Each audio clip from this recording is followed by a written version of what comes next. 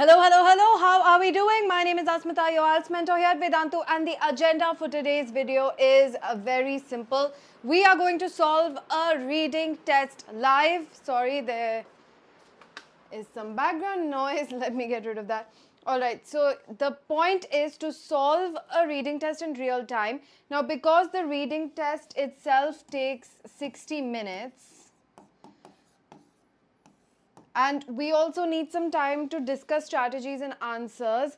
So we're not going to solve the full test. We're going to solve 2/3 of the test. So there are 3 passages in the actual test, right? You have 3 passages, 40 questions. What we're going to do is we're going to solve 2 passages.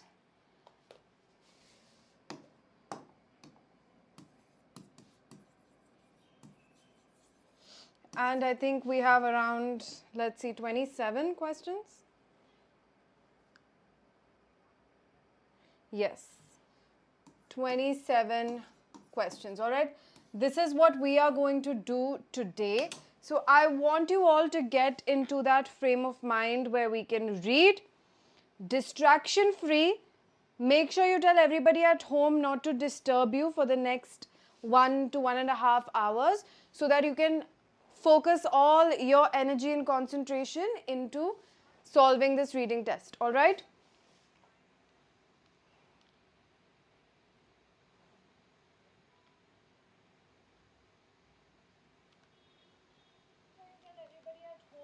One sec.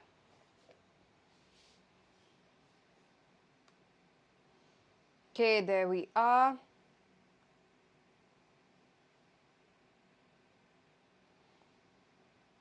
Okay, so as you're getting your things ready, go grab a piece of paper, grab a notebook. I just want you to know that your free counseling is still available, so make sure you are availing it. All you have to do is fill out the form in your description and you will get contacted by an expert who will guide you through the entire process of applying online. All right? Okay, we are starting in 2 minutes.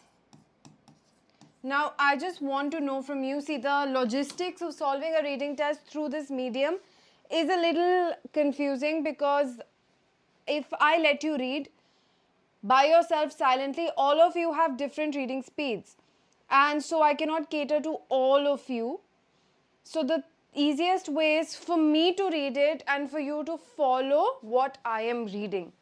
I feel like that's the best way to go forward for this. If you agree, give me a thumbs up, and that's how we will go about the test. I will read the passage, you will follow along and take your notes. I will also underline important things and key points. Once that is done, when we reach the questions, that's where I will go. I will not be helping you out with the answers. You will have to answer on your own, and then towards the end I will give you the correct answers and we can discuss what you struggled with, where you got some questions wrong, so on and so forth. So that's going to be the process we're going to follow today. All right?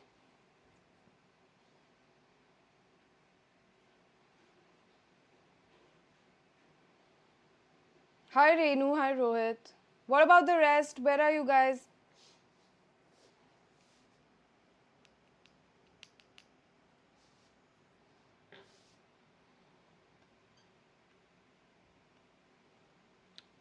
Okay, so I'm going to start now. Quickly give me a thumbs up. I will go drink water very quickly so that we can get started.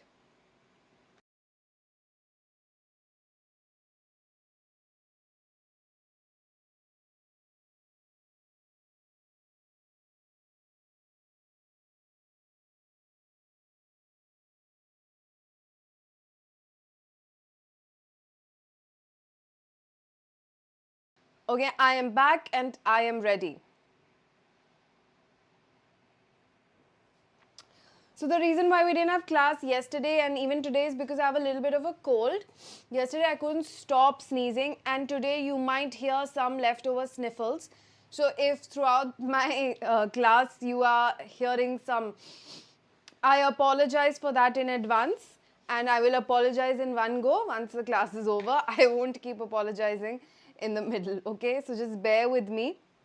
And if I sneeze, I will try my best to mute the audio so that I don't hurt your ears. But in case I'm not able to in time, then sorry for that in advance as well, okay?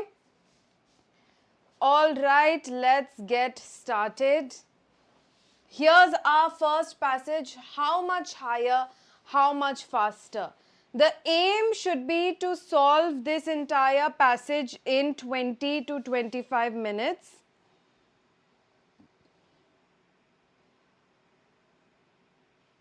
So I'm going to put a 20-minute timer. We can take 25 minutes, that's fine. But timer for 20 minutes is what we're going with to sort of put a little bit of extra pressure on ourselves, okay?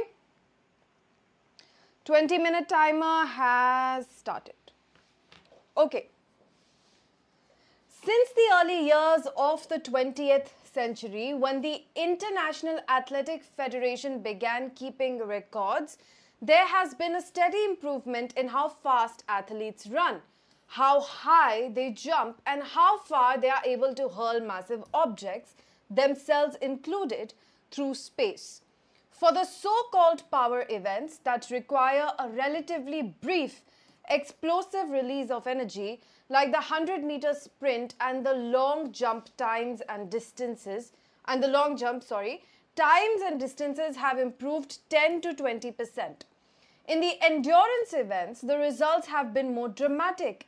At the 1908 Olympics, John Hayes of the US team ran to marathon in a time of 2 hours, 55 minutes, 18 seconds. In 1999, Morocco's Khalid Khannouchi set a new world record of 2 hours, 5 minutes, 42 seconds, almost 30% faster. So here I'm just going to take 2 quick notes to paraphrase this passage. What is it? Ever since the International Athletic Foundation started keeping records, performance overall has improved. All right, this is what this paragraph is about, right? Next. No one theory can explain improvements in performance, but the most important factor has been genetics. The athlete must choose his parents carefully, says Jesus Da Pena, a sports scientist at Indiana University, invoking an oft-cited adage.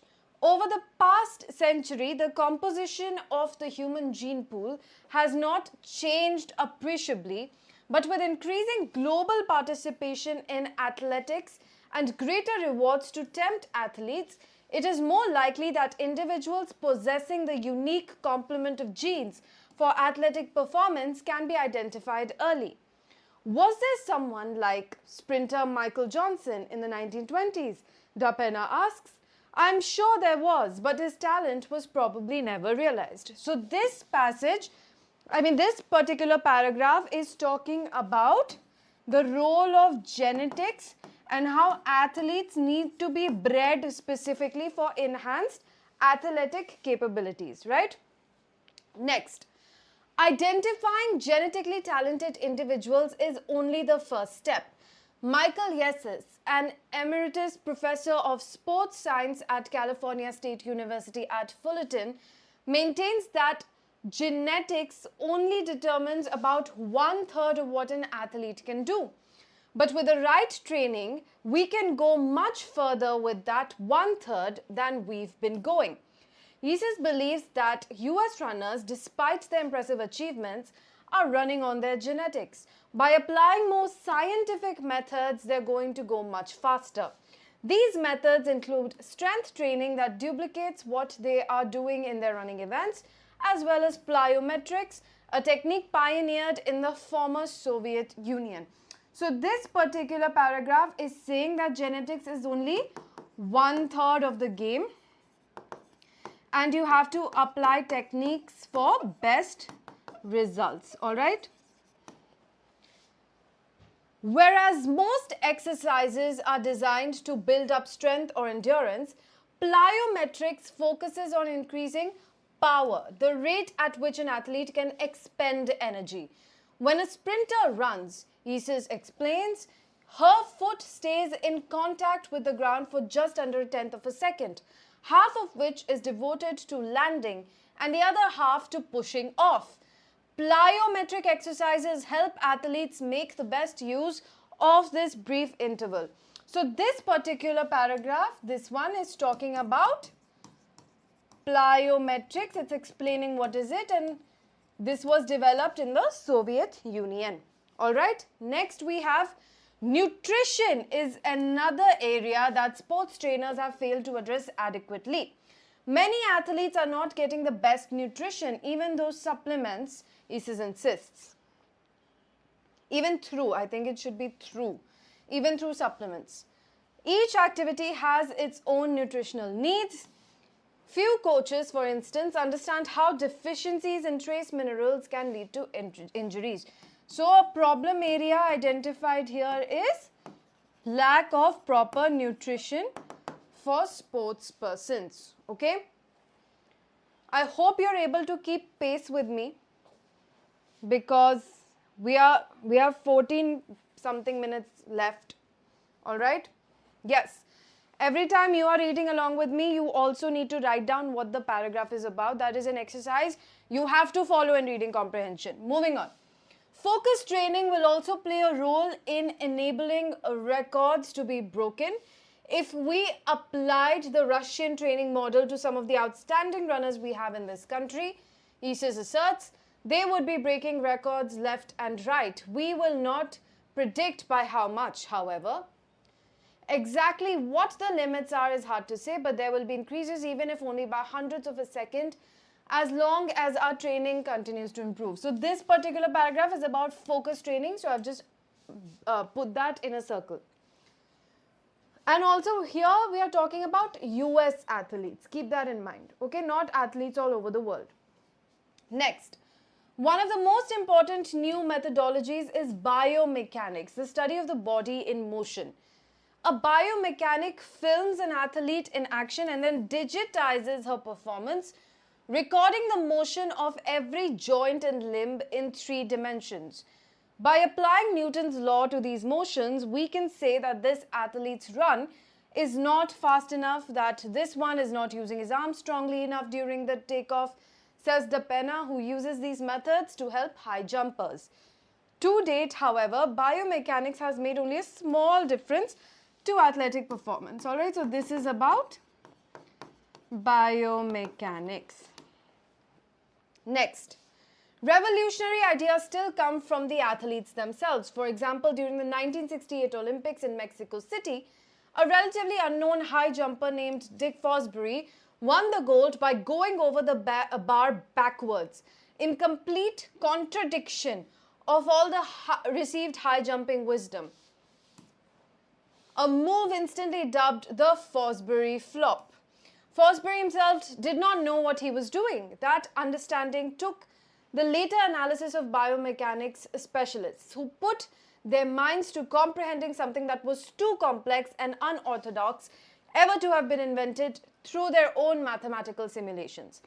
Fosbury also required another element that lies behind many improvements in athletic performance: an innovation in athletic equipment. In Fosbury's case, it was the cushions that jumpers land on. Traditionally, high jumpers would land in pits filled with sawdust. But by Fosbury's time, sawdust pits had been replaced by soft foam cushions, ideal for flopping. So this is about the Fosbury flop, what he did, and how it was an innovative and different method. And this includes the athletes'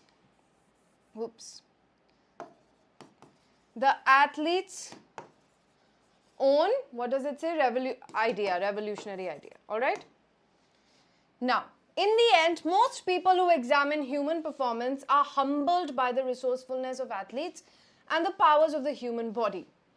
Once you study athletics, you learn that it's a vexingly complex issue, says John S. Raglan, a sports psychologist at Indiana University.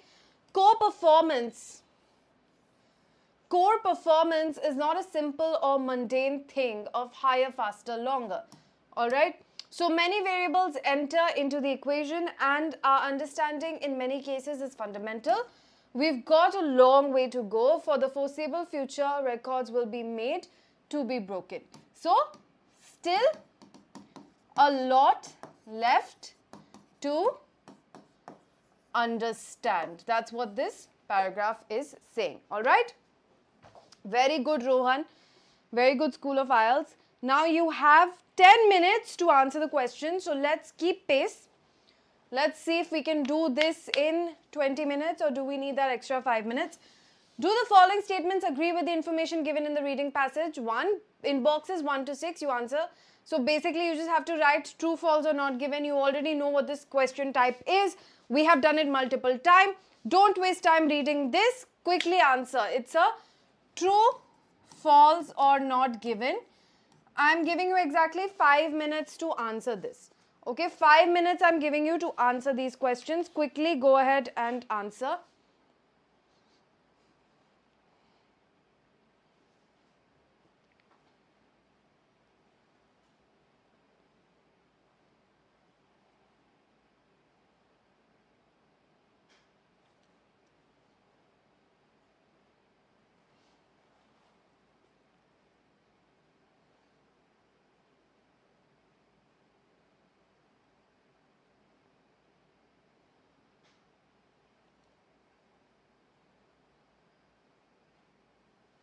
Quickly, you have 5 minutes to answer this, because you still have, I know I'm covering the first question, sorry, I'll move it. I just have to know how much time to give you. You have a lot more questions, so actually not even 5 minutes, I'll give you 4 minutes to answer this.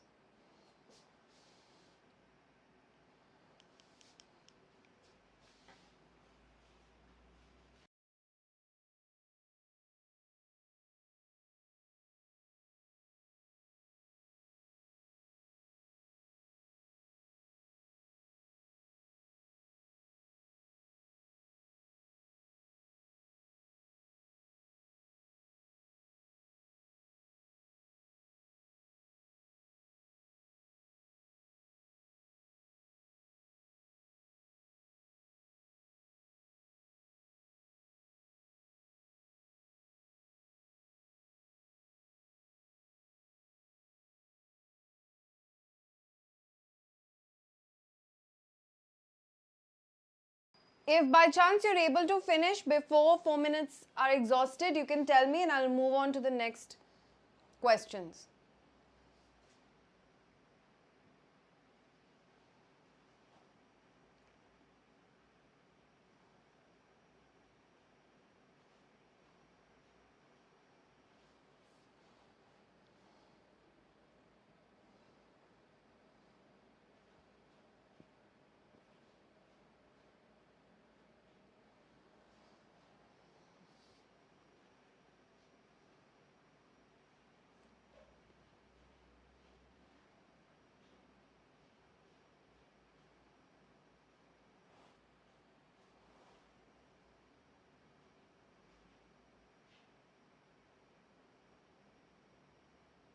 Okay, Sion is done with all the questions. What about the rest? Should I move on, or do you want your 4 minutes to be over?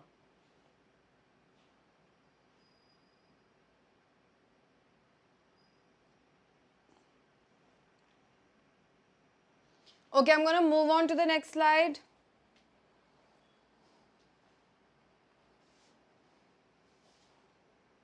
You have around 7 minutes left to answer all the questions.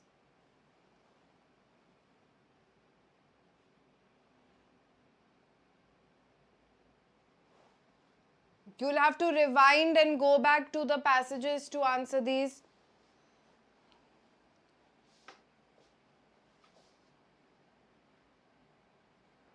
But some of them you can do from memory also. I am able to do this from memory.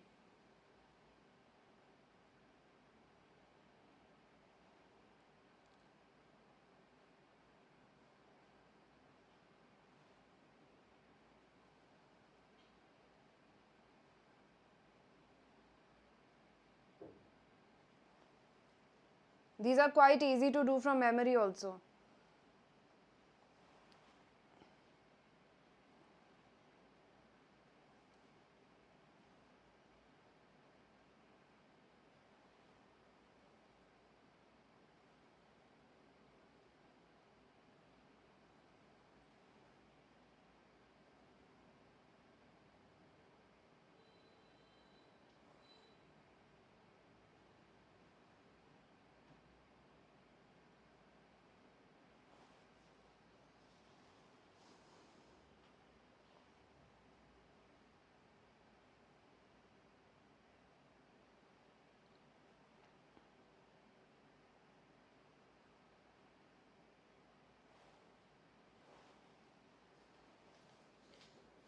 You have 3 more questions after this. So make sure, and we have 5 minutes left.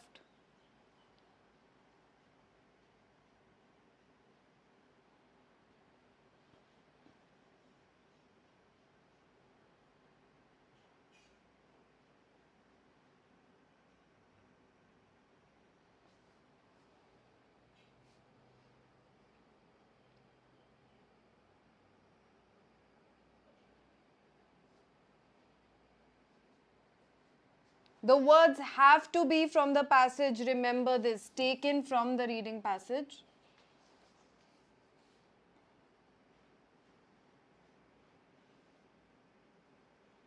Okay, last 3 minutes you have to dedicate to the last 3 questions because you need 1 minute per question at least. Okay, so when you have 3 minutes left, I will go to the last.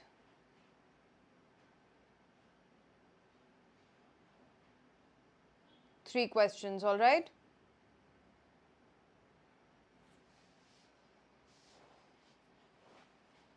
Okay, here we go.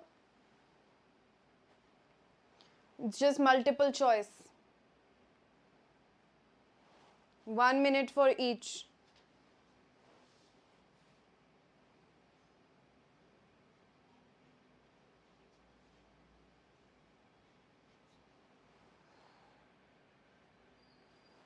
This one is super easy, so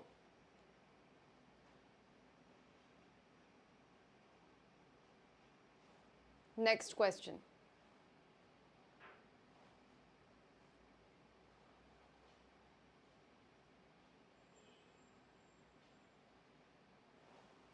This one is also very easy.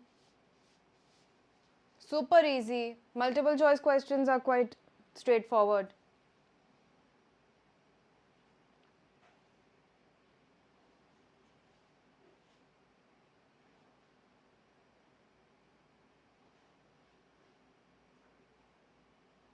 I'm going to move on to the last question. Then the remaining time that we have left, we can come back to the questions that you weren't able to answer.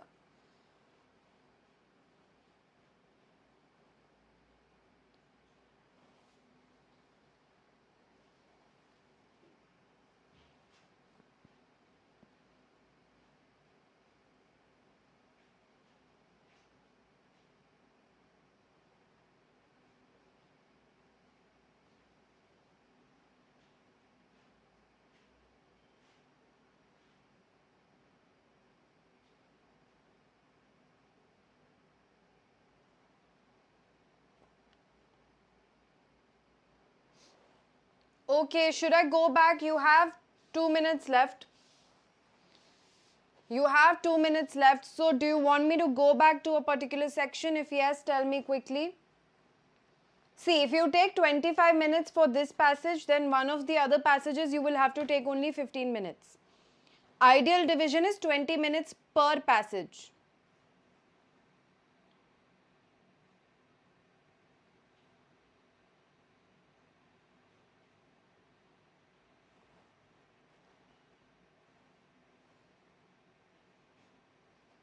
In case you were not able to solve these, I will just quickly go back to these questions for the remainder of the time, which is little more than 1 minute.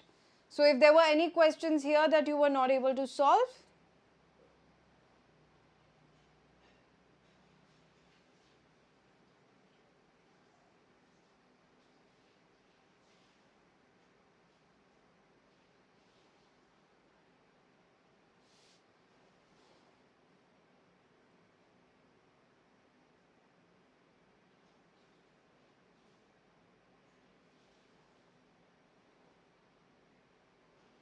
Last 1 minute.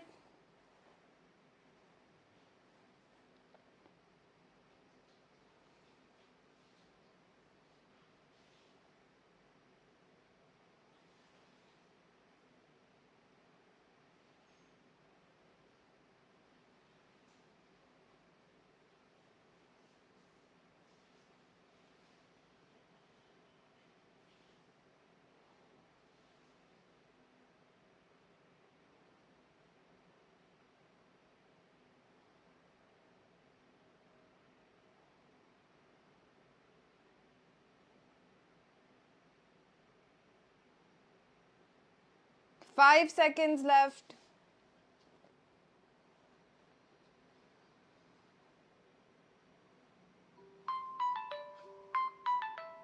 Time is up.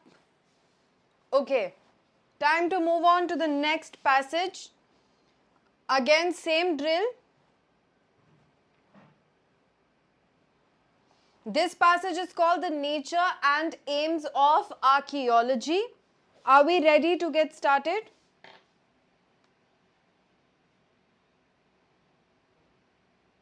Hi Ayush, hello.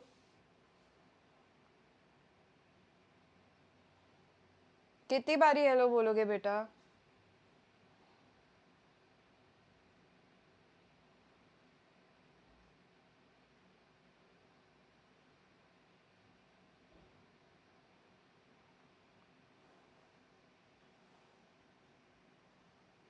ठीक है, ready? Okay, timer start कर रही हूँ then.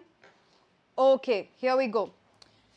The nature and aims of archaeology. Archaeology is partly the discovery of treasures of the past, partly the work of the scientific analyst, partly the exercise of creative imagination. It is toiling in the sun on an excavation in the Middle East. It is working with living Inuit in the snows of Alaska. And it is investigating the sewers of Roman Britain. It is also the painstaking task of interpretation so that we come to understand what these things mean for the human story. And it is the conservation of the world's cultural heritage against looting and careless harm. So, explanation of archaeology from the perspective of the author. All right? Next. Archaeology then is both a physical activity out in the field and an intellectual pursuit in the study or laboratory. This is part of its great attraction. The rich mixture of danger and detective work has also made it the perfect vehicle for fiction writers and filmmakers, from Agatha Christie with Murder in Mesopotamia to Steven Spielberg with Indiana Jones. However, far from reality, such portrayals are, they capture the essential truth that archaeology is an exciting quest.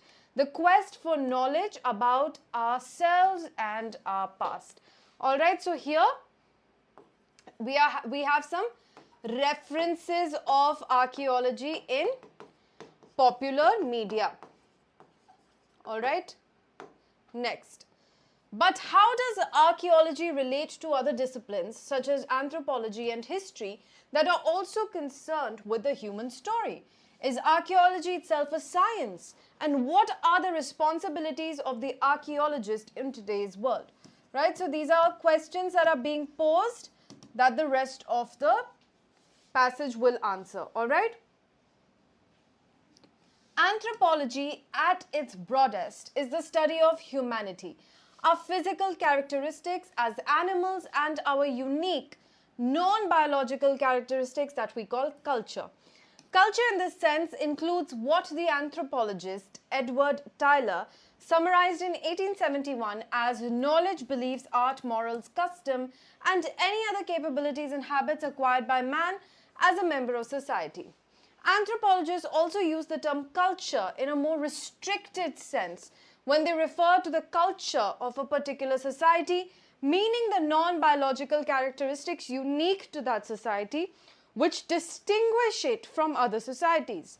Anthropology is thus a broad discipline, so broad that it is generally broken down into three smaller disciplines: physical anthropology, cultural anthropology, and archaeology, right? So, this is all an explanation of anthropology.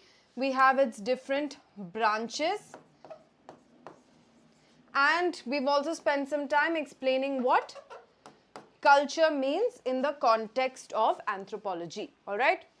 Next, now we are explaining the three different branches that were mentioned. Physical anthropology, or biological anthropology as it is called, concerns the study of human biological or physical characteristics and how they evolved. Okay.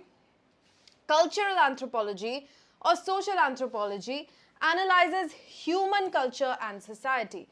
Two of its branches are ethnography, the study at first hand of individual living creatures, and ethnology, which sets out to compare cultures using ethnographic evidence to derive general principles about human society. So this is explanation of physical and cultural anthropology.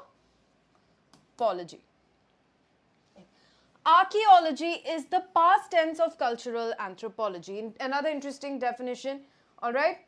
Whereas cultural anthropologists will often base their conclusions on the experience of living within contemporary communities, archaeologists study past societies primarily through their material remains, the buildings, tools, and other artifacts that constitute what is known as the material culture left over from former societies.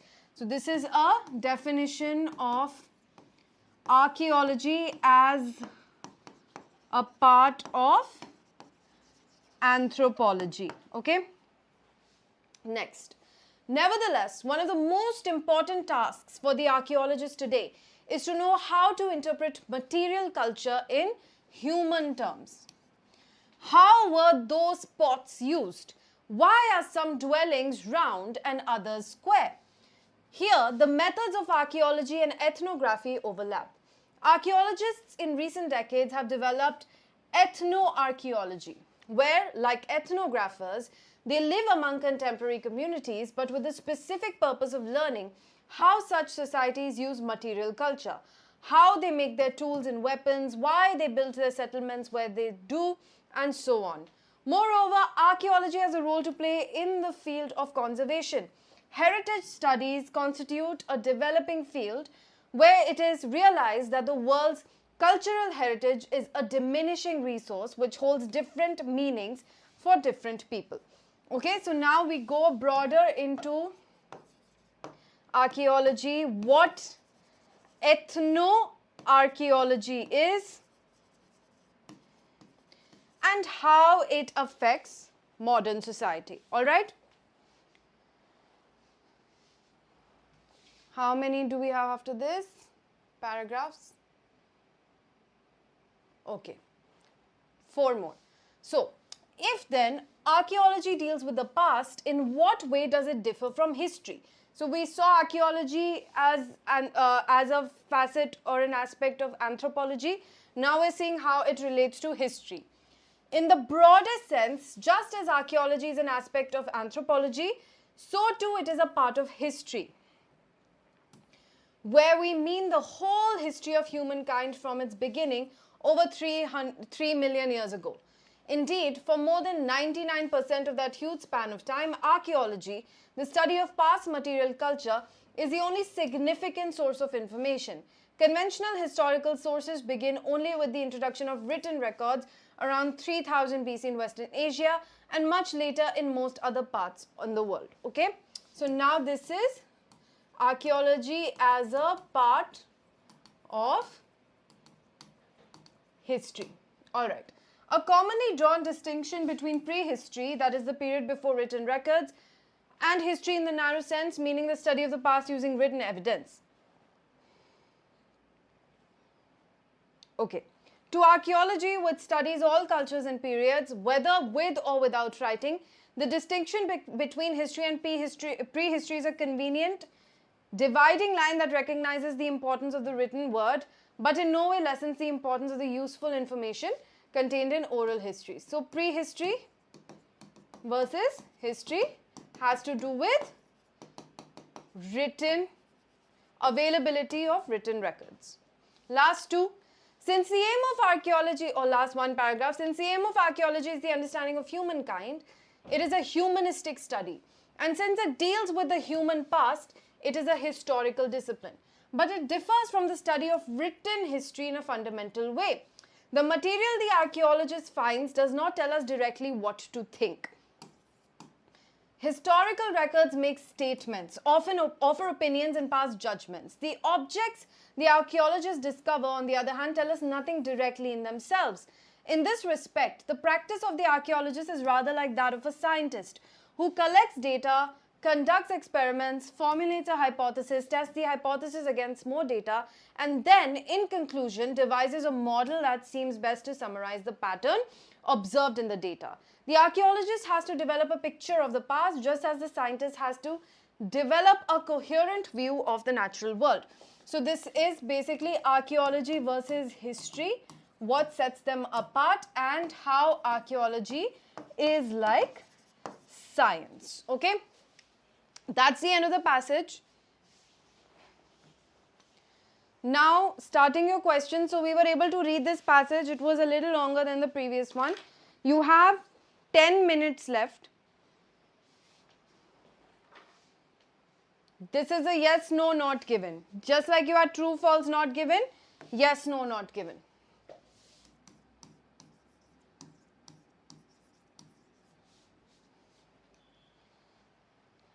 Quickly answer the questions.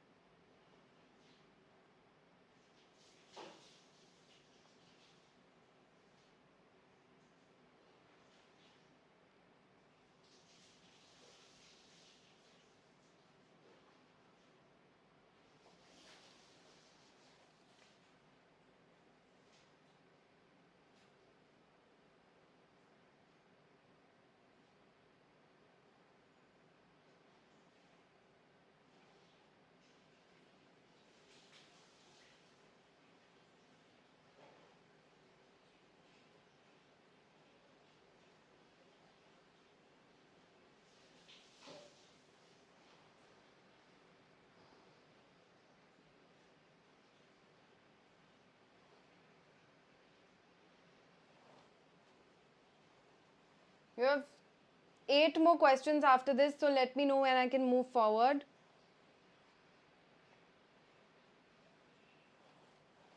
Okay, seems like Elliot has answered all. Sion, will wait for you to do it as well, and then I'll move on to the next set of questions.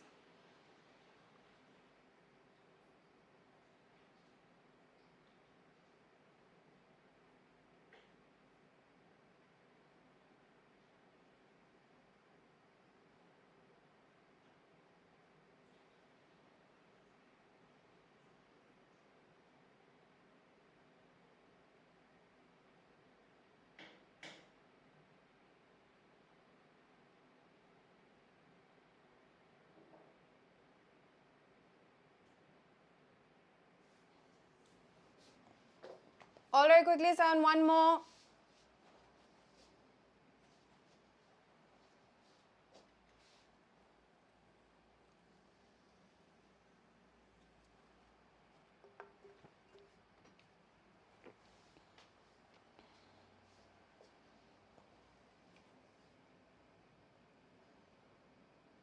Okay, I'm moving on to the next set of questions now.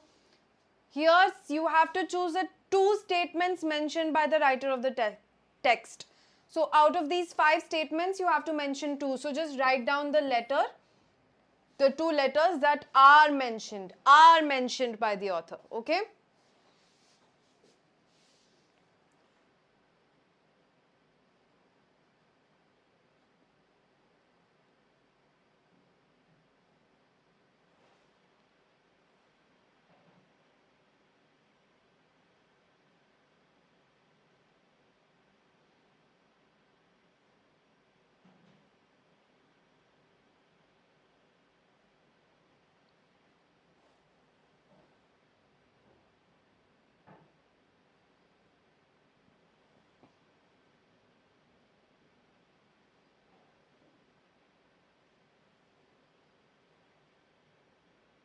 I'm giving you a minute more on this because you have 6 more questions to go.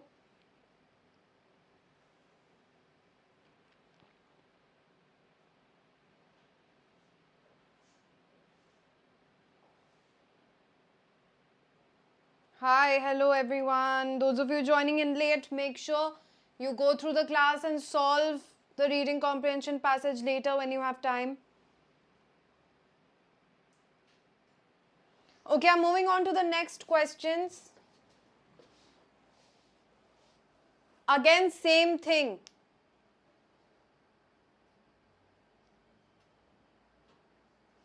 Just 2 letters that were mentioned in the text as tasks of an archaeologist.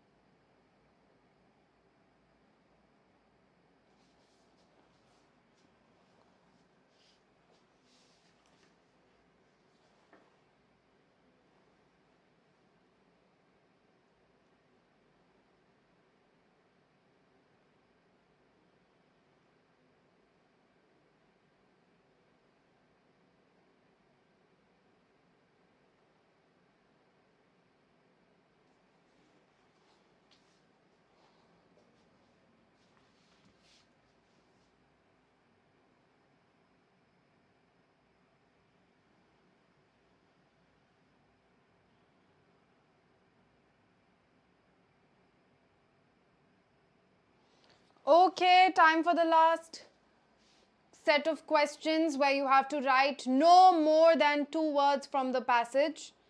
Okay, so the rest of your time will go into this. This is sort of a longer question type.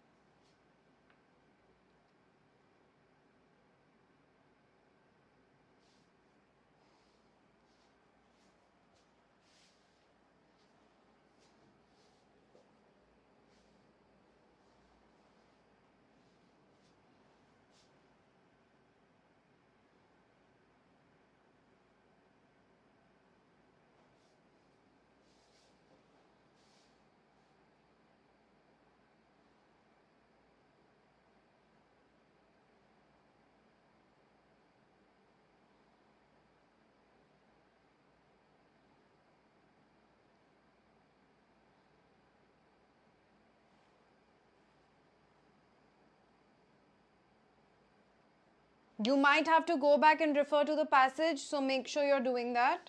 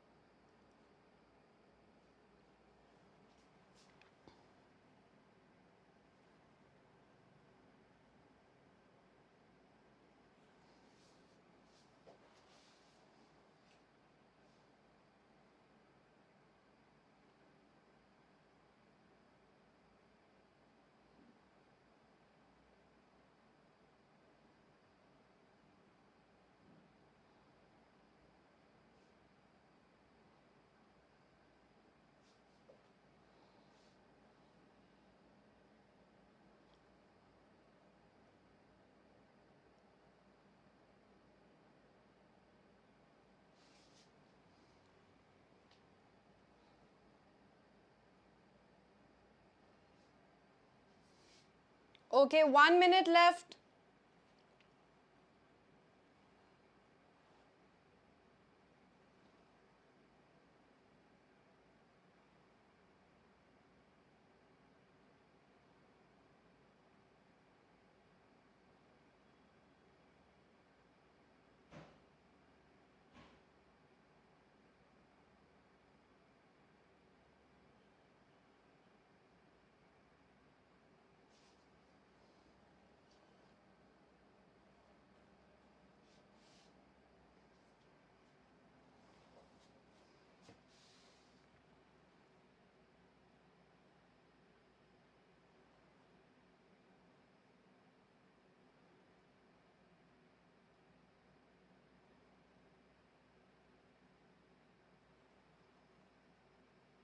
40 seconds left.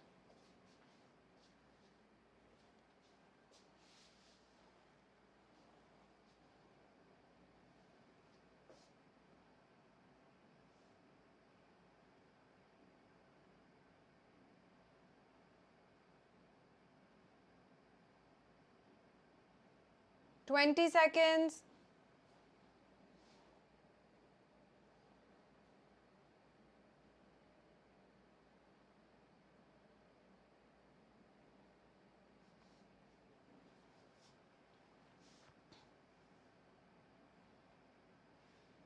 Time up.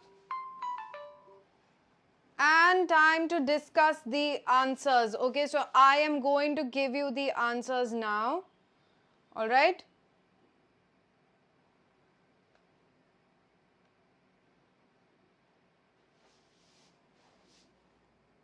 Let's start with the first passage, which was about sports,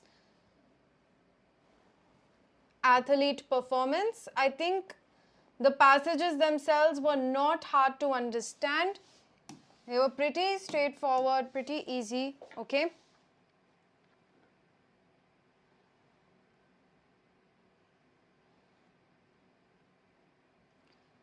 So the first one, there was little improvement in athletic performance before the 20th century. Is this stated?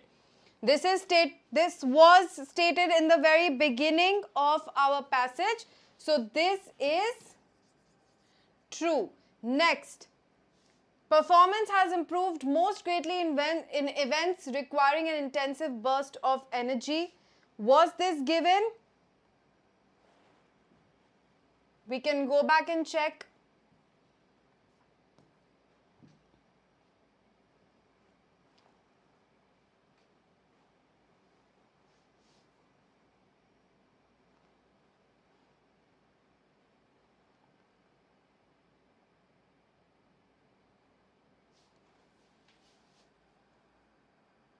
So here the results have been more dramatic in endurance events is clearly stated, not in the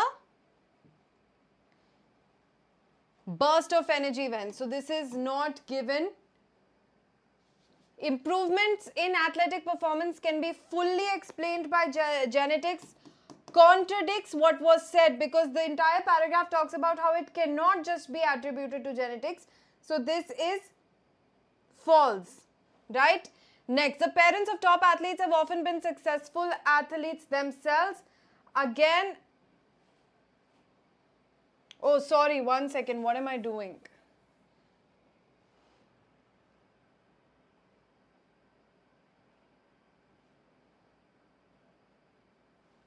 This has to be false. 1 second, let me just go back. Got confused for a second there.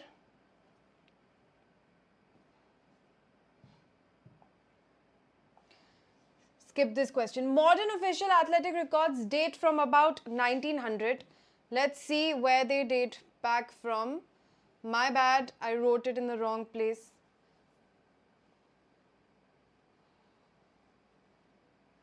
Right, so early 1900s, and here it says early years of the 20th century. So that makes our first statement true. There was little improvement in athletic performance before the 20th century.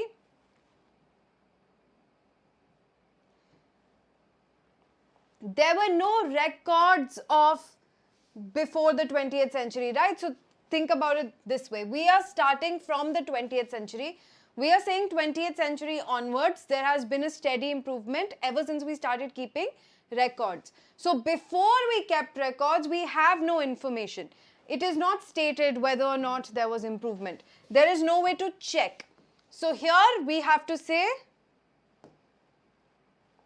not given. Then performance has improved most greatly in events requiring an intensive burst of energy.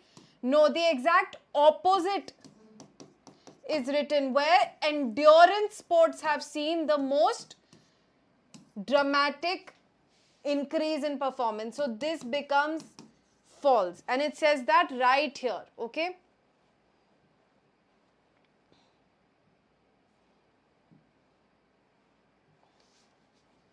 endurance events results have been the most dramatic, not stuff that requires high bursts of energy, right? So this is false. Next we have, come on.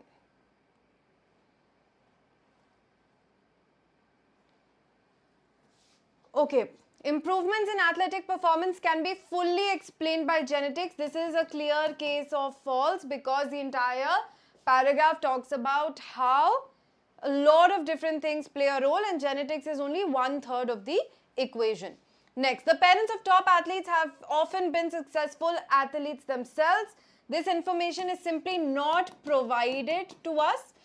While it did mention that yes, if athletes have to be bred and parents with a certain genetic component that enables athletes to perform better can be a plus if you want to produce better athletes, but nowhere does it mention that parents of top athletes have been athletes themselves, okay?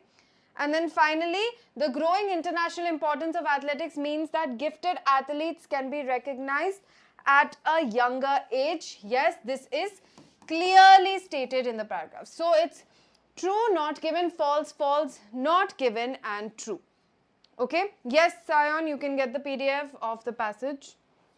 I will share the link in just a minute once I give you the answers, okay? Then here it was very easy. According to Professor Yates, American runners current success on genetics. And he says that because they are relying solely on genetics, they have not reached their full potential. They can do a lot better if they focus on other things as well. He says describes a training approach from the former Soviet Union, which was plyometrics, and it helps to develop an athlete's power. Okay, here we have to take words exactly from the passage. Now he says links an inadequate diet to what? So let's go to the diet part of the passage.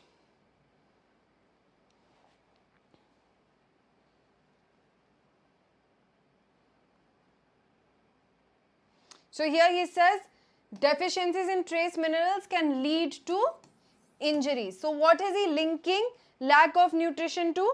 What is he linking inadequate nutrition to? He is linking them to injuries. We can only write one word, okay?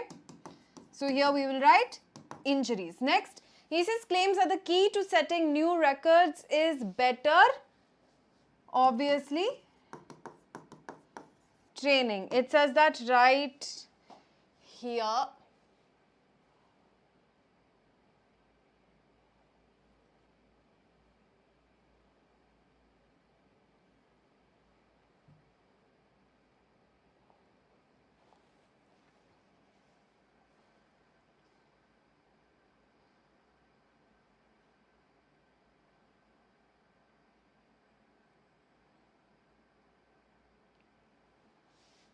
This mentions training, and finally another place.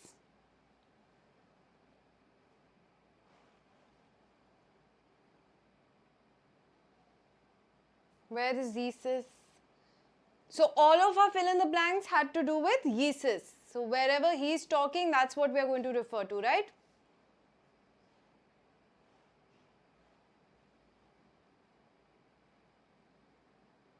Here we go.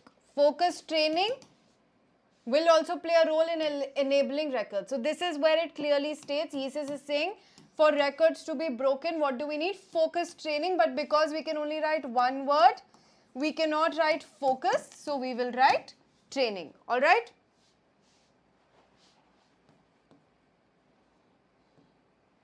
Okay. Now it was just multiple choice. Here we did not even actually have to go back and refer to the passage. It was quite straightforward, right? So here biomechanic films are proving particularly useful because they enable trainers to, this was a clear A, highlight areas of improvements in athletes. For example, not using your arm too much, stuff like that, okay? Here biomechanics specialists use theoretical models to obviously explain because they did not understand the Fosbury flop. So D.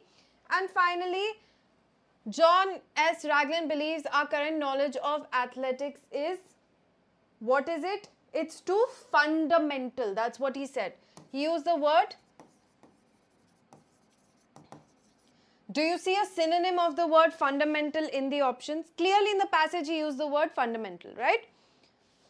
If you want to go back, you can go back and check.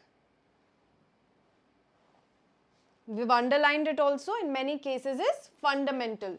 So what is a synonym of fundamental? What is the synonym of fundamental? Basic. So B is our correct answer. Simple. This one was easy. How many of you got full marks here? How many of you got full marks?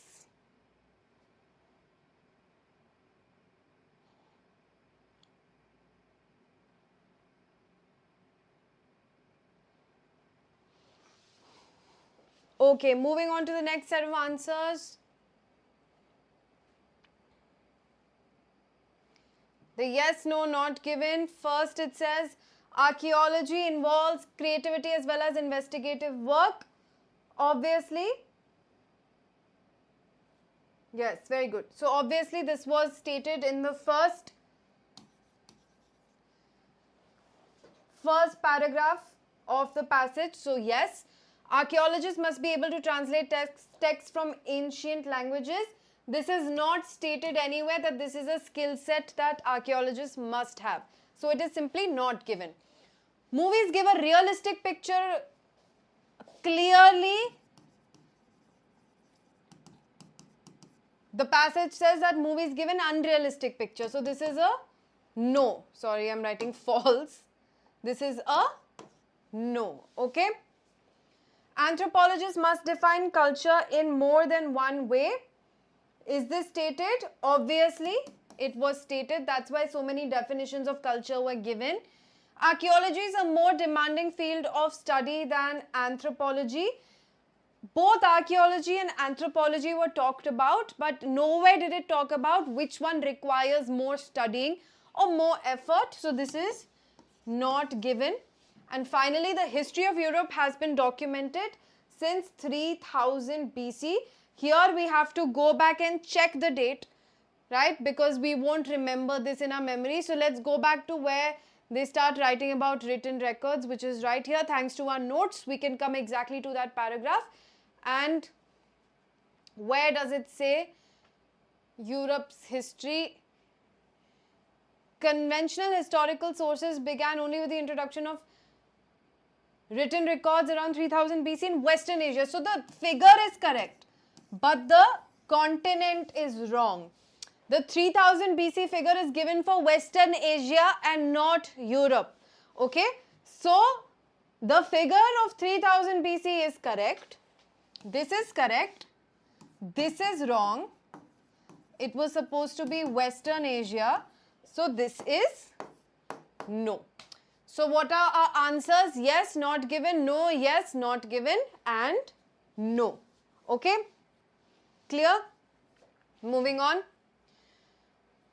Now we had to write two letters for 20 and 21. We had to write two letters that were stated in the paragraph.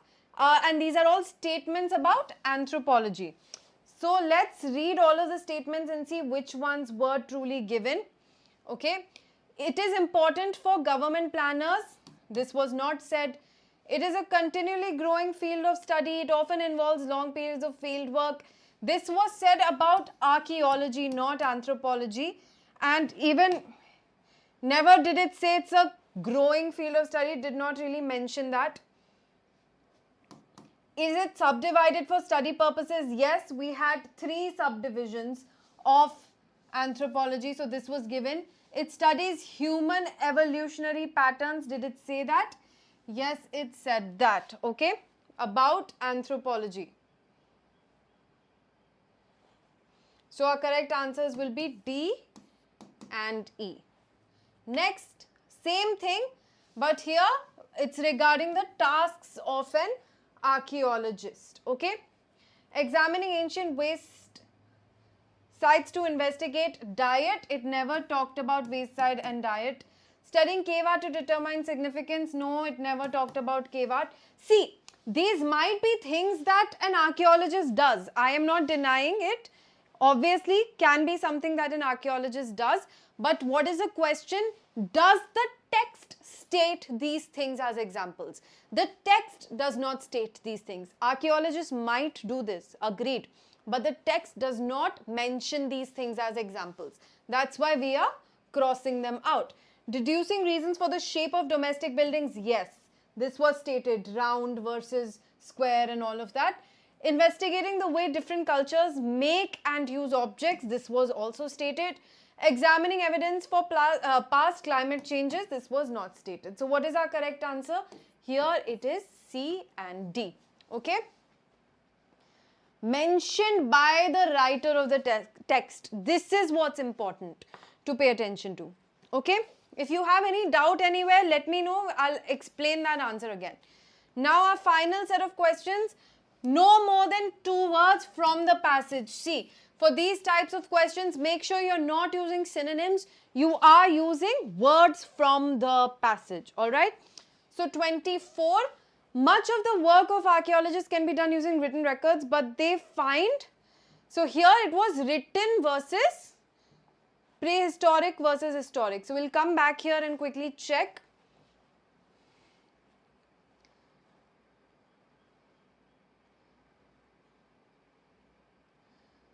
Okay, so here's the last line. Recognizes the importance of written word, but in no way lessens the importance of the useful information contained in oral history. So while the written word is important, so is oral histories. Alright, oral histories are equally valuable. The writer describes archaeology as both a blank and a blank. So here we'll have to go back to the definition of archaeology, and we've written exactly definition of archaeology, explanation of archaeology.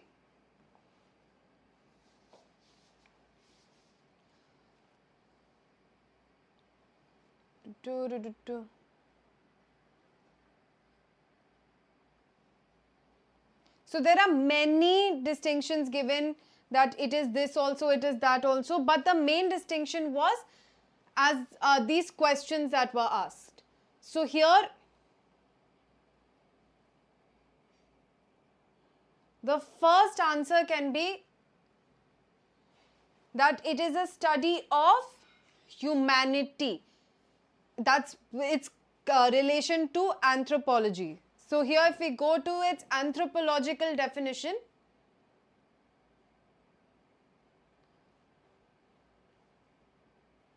so I think it's better to find the answer for this in the conclusion. Let's go.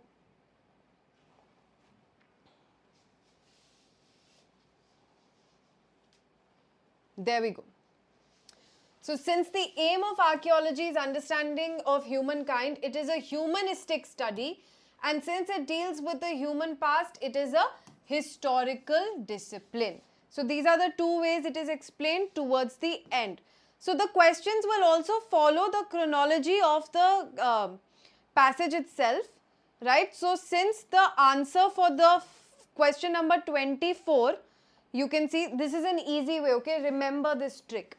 So we can read the entire paragraph in order to find the answer for this, and we can all get multiple answers. But to get the correct answer, the answer for number 24 was clearly given in this paragraph, right? So the answer for the next question will have to be in the same paragraph or the next paragraph. We cannot go all the way to the beginning, okay? Because the questions will also follow the chronology of the passage itself. So our answer has to be in this paragraph, because our answer was the last word of the previous paragraph. So the next question will have its answer somewhere here, and clearly we have found the two answers, okay, for 25 and 26. So here the writer describes archaeology as both a, what is the first thing?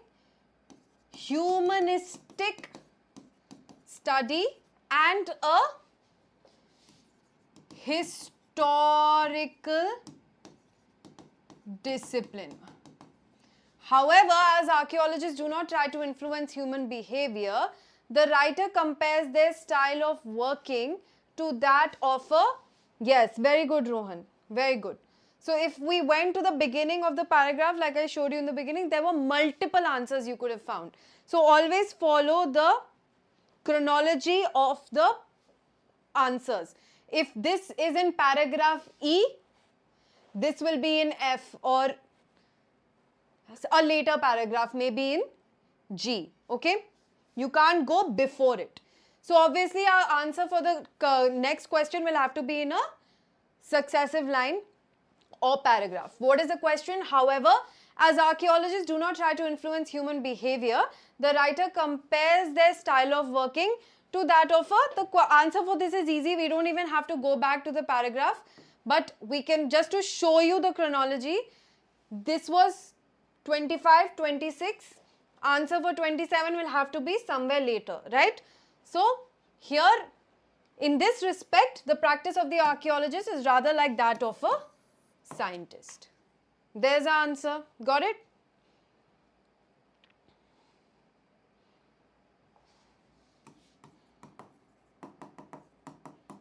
Done? So how did you guys do? How well did you score? I will make this PDF available to all of you on Telegram or as a pinned comment in this video. So you can come and see it later on. Okay, Sion? Telegram is given in the description. So do tell me what your score was in the chat or in the comments, not the chat, alright? Don't forget to subscribe to the channel, like the video, share it with your friends, and stay tuned for more live solving of all the sections. The more we practice, the better we'll get, and new tips and tricks we'll learn each time. Alright, the PDF will be made available to you. Thank you so much. Take care. Bye bye. Drop your scores.